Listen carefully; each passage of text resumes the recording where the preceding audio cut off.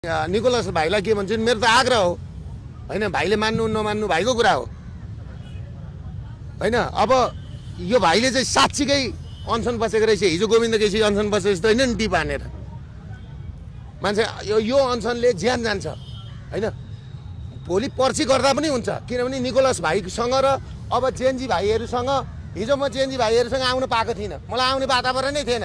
मैले त सुरुकै दिनमा जेएनजीहरूलाई सहयोग गर्छु भनेर आउँछु भन्दाखेरि नआउनु भनेर भनेपछि म कोही घाइते पनि भेट्न गइनँ, बिरामी पनि भेट्न गइनँ, किन मलाई नआउनु भनेको थियो। बालनले नै स्ट्याटस लेखेर गरेको थियो र आज बालनहरूकै र रवि लामिछानेहरूकै सेटिङमा सर्वोच्च र उसमा आगो लाग्यो, यत्रो बच्चाहरू मरे।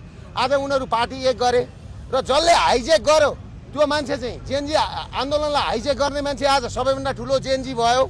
साँच्चीकै जेएनजी मरेर गए, साँच्चीकै जेएनजी शहीद भए, साँच्चीकै जेएनजी सडकमा आए, साँच्चीकै जेएनजी घाइते भए। नक्कली जेएनजी चाहिँ आज हाबी भए, हो कि होइन? हो कि होइन?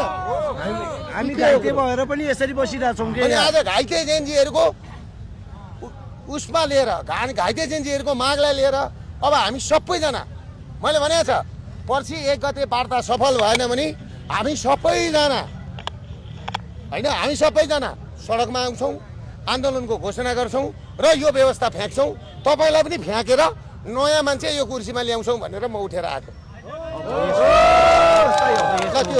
हामी चाहिँ यो निकोलस भुसालको जीवन रक्षाको ग्यारेन्टी गर, ग्यारेन्टी गर, ग्यारेन्टी गर। डाक्टर निकोलस भुसाल जिन्दाबाद, जिन्दाबाद, जिन्दाबाद।